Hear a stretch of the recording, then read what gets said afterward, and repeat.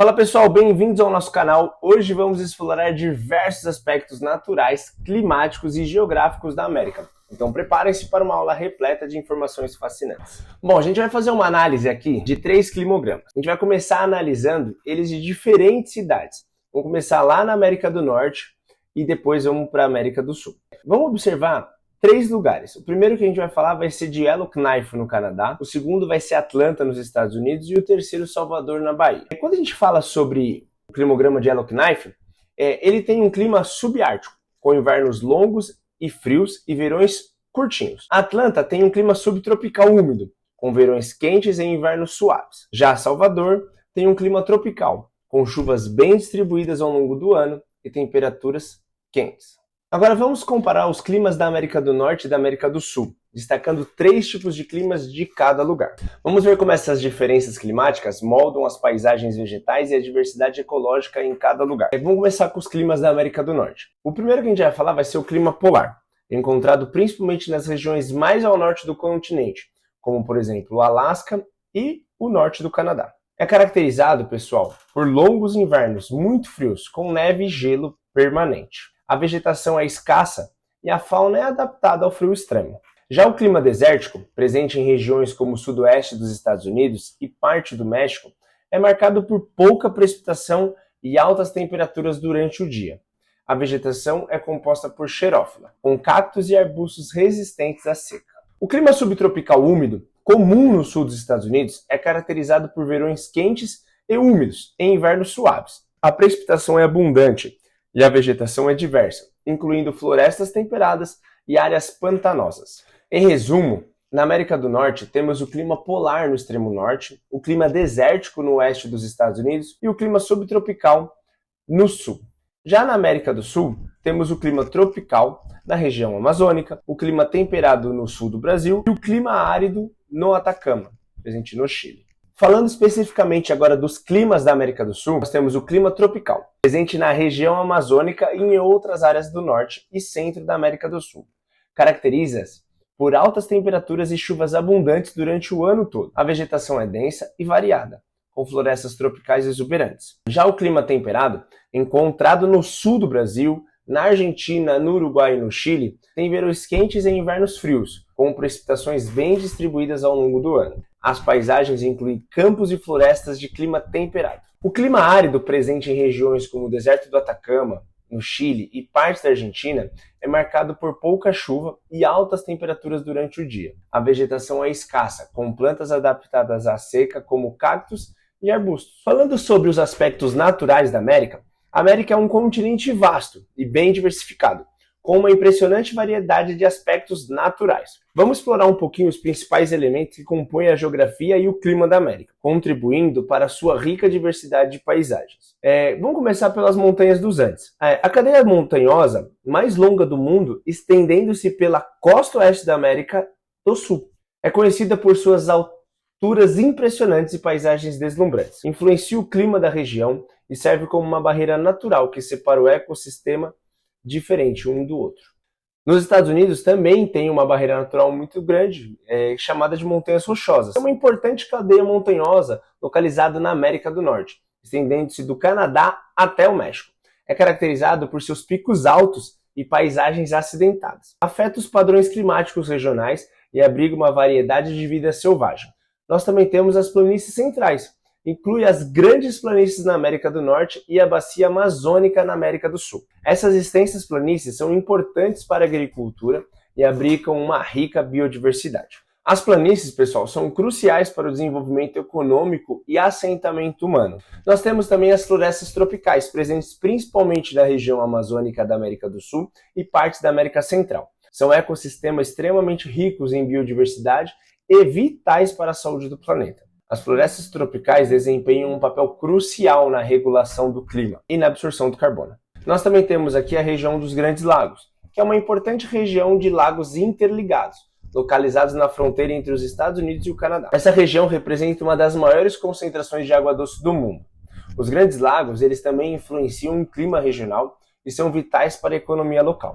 O deserto do Atacama, localizado no norte do Chile, é um dos desertos mais secos do mundo, caracterizados por suas paisagens áridas e condições extremas. Embora o deserto do Atacama possui valiosas reservas minerais e vastas planícies da América do Norte, as grandes planícies dos Estados Unidos e Canadá são vastas extensões de terras, com solos muito férteis. São cruciais para a produção agrícola de grãos e outros cultivos. Essas planícies também abrigam uma rica vida selvagem, composta por pradarias.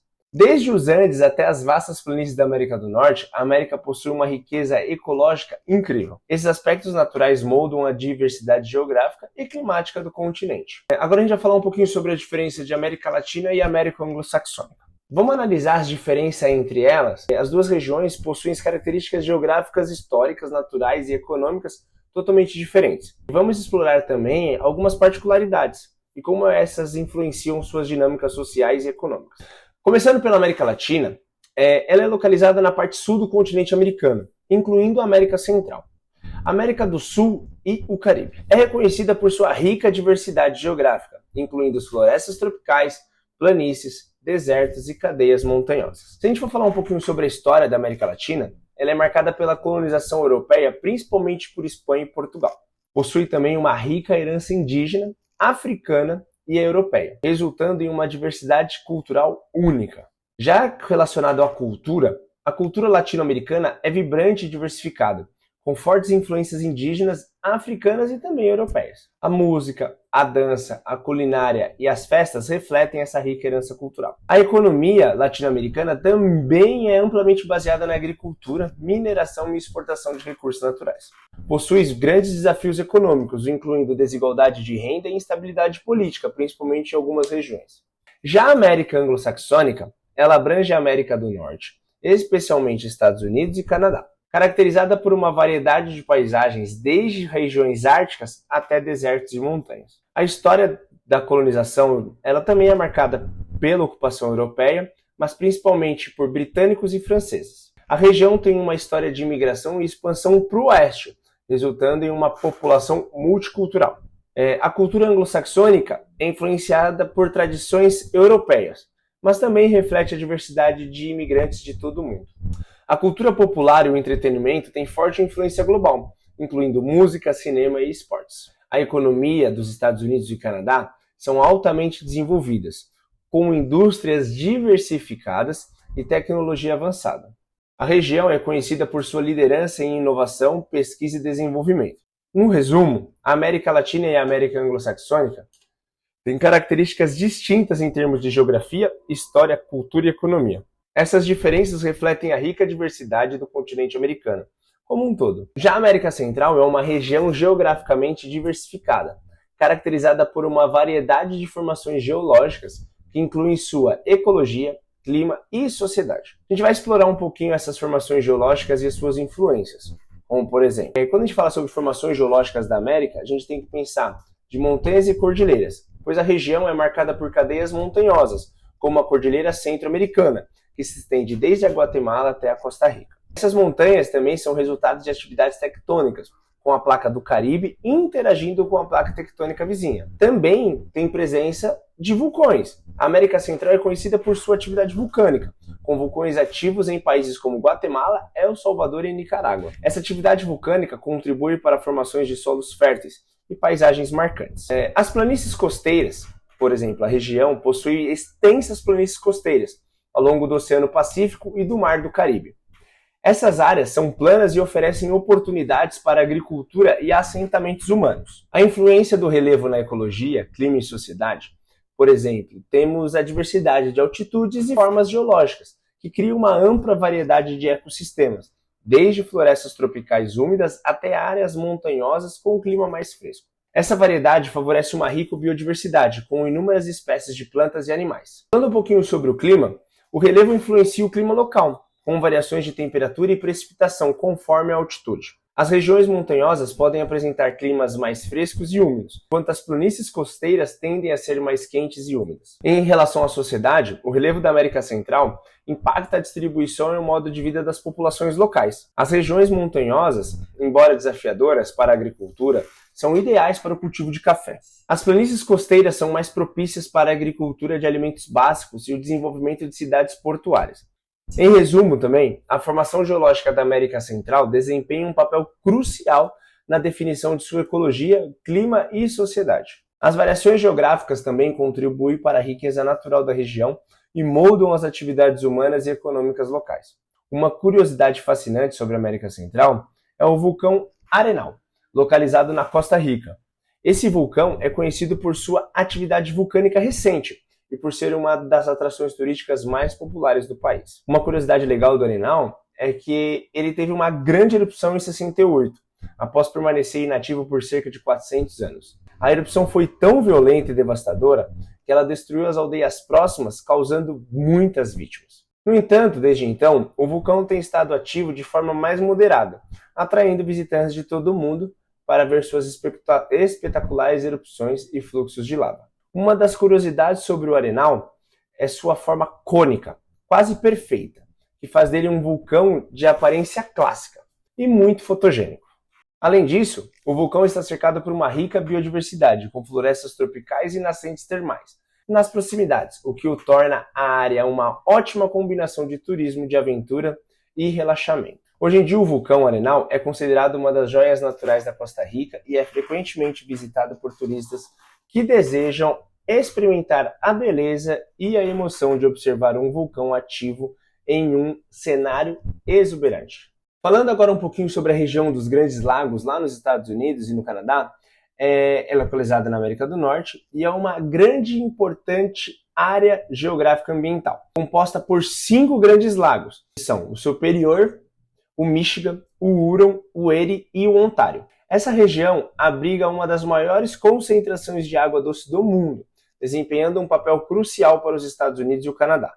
Quando a gente fala sobre a importância local e ambiental, os Grandes Lagos contêm cerca de 20% de água doce superficial do planeta, tornando-se uma fonte vital para o abastecimento de água potável para milhões de pessoas nos Estados Unidos e no Canadá. A região também tem um ecossistema rico e bem diverso, com uma grande variedade de espécies aquáticas, aves e outros animais. É um importante habitat para espécies ameaçadas de extinção. Falando do clima regional, a questão dos Grandes Lagos ali influencia o clima da região, moderando as temperaturas e aumentando a umidade, o que beneficia a agricultura e outros setores. A região dos Grandes Lagos também é importante centro econômico, com atividades relacionadas à navegação, transporte, turismo, pesca e agricultura. Os Grandes Lagos também formam uma importante rota de transporte para cargas e mercadorias, conectando os portos nos Estados Unidos e Canadá, e facilitando o comércio internacional. Quando a gente fala também sobre a questão industrial, a região abriga importantes centros industriais, com destaque para os setores da manufatura e siderurgia. Além disso, as terras ao redor dos lagos são férteis e propícias para a agricultura. Dentre as principais atividades realizadas na região, a gente tem a navegação, que os lagos são viáveis para isso, uma grande rota de carga, principalmente de grãos, minério de ferro e produtos manufaturados. A pesca, ou seja, a região possui uma indústria pesqueira significativa, com a captura de espécies como salmão, truta e perca. O turismo, a beleza natural da região atrai turistas para as atividades como passeio de barco, esportes aquáticos, exploração das praias e parques. As terras também são bem férteis e elas são usadas para o cultivo de diversas culturas, como o milho, a soja e o trigo. Em resumo, a região dos Grandes Lagos é uma área de grande importância geográfica e ambiental, devido aos seus recursos hídricos, biodiversidade e influência climática. O seu papel vital para os Estados Unidos e Canadá se deve ao seu impacto econômico, transporte, indústrias, atividades agrícolas e pesqueiras. Uma curiosidade interessante sobre a região dos Grandes Lagos é o fenômeno do efeito lago, ou Lake Effect, em inglês, né? Porque sou bom nisso aí. Esse fenômeno ocorre principalmente nos meses de inverno, quando massas de ar frio passam sobre as águas relativamente mais quentes dos Grandes Lagos. Acaba tendo um contraste entre a temperatura da água e do ar, que cria as nuvens carregadas de umidade, que resultam em fortes nevascas nas áreas costeiras dos lagos, especialmente nas partes leste e sudeste dos lagos Erie e Ontário. Cidades como, por exemplo, Buffalo, Nova York e Cleveland costumam experimentar fortes nevascas causadas por esse efeito. O efeito lago pode ter impactos significativos nas comunidades ao redor dos Grandes Lagos, causando também interrupções nos transportes, no fechamento de escolas e desafios para a infraestrutura local. Só que isso tudo fica meio ofuscado, porque o fenômeno é fascinante de observar, pois demonstra a influência direta dos grandes lagos no clima local e sua capacidade de produzir eventos climáticos extremos. A gente vai falar também um pouquinho agora sobre o El Niño e Laninha, que tem efeitos significativos nos climas de diversas regiões do mundo, incluindo o Brasil. A gente vai explicar um pouquinho também como cada um deles e discutir as consequências que tem para o nosso país, para o Brasil. Por exemplo, o El Niño ele é um fenômeno climático caracterizado pelo aquecimento anormal das águas superficiais do Oceano Pacífico. Esse aquecimento ele pode alterar os padrões climáticos, afetando principalmente a América do Sul. Por isso que eu falei do Brasil. E outras regiões do mundo também, não é só local. Ele também pode afetar, além do Brasil, outras regiões do mundo. O que ele causa, O El Niño ele provoca chuvas acima da média no sul e sudeste do Brasil, o que pode levar a inundações, deslizamentos de terra e também secas no Nordeste e no Norte. Ao mesmo tempo, pode causar períodos de seca, prejudicando a agricultura e o abastecimento de água nessas duas regiões que eu acabei de falar. Esse fenômeno pode afetar negativamente também a produção agrícola nas regiões atingidas por chuvas ou secas extremas. Então, quando a gente fala sobre o El Niño, a gente tem que prestar atenção nesses detalhes. Falando um pouquinho da Laninha, ela também é um fenômeno climático, só que ela é oposto ao El Niño, caracterizada pelo resfriamento das águas superficiais do Oceano Pacífico. Assim como o El Niño, a Laninha pode impactar os padrões climáticos globais. As principais consequências no Brasil é que a Laninha pode causar secas no sul e sudeste, e ela também tende a trazer períodos de seca para as regiões sul e sudeste do Brasil, o que pode afetar a produção agrícola e o abastecimento de água.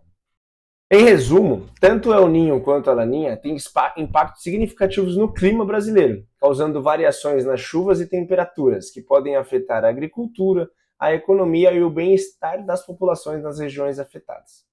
Também pode afetar ter chuvas acima da média no norte e no nordeste. Pessoal, então essa aqui é a nossa aula, revisão para a prova de vocês. Muito obrigado. Se você ficou até aqui agora, curta e compartilhe, comenta alguma coisa aí, se você gostou ou não gostou, beleza? Tamo junto, fiquem com Deus.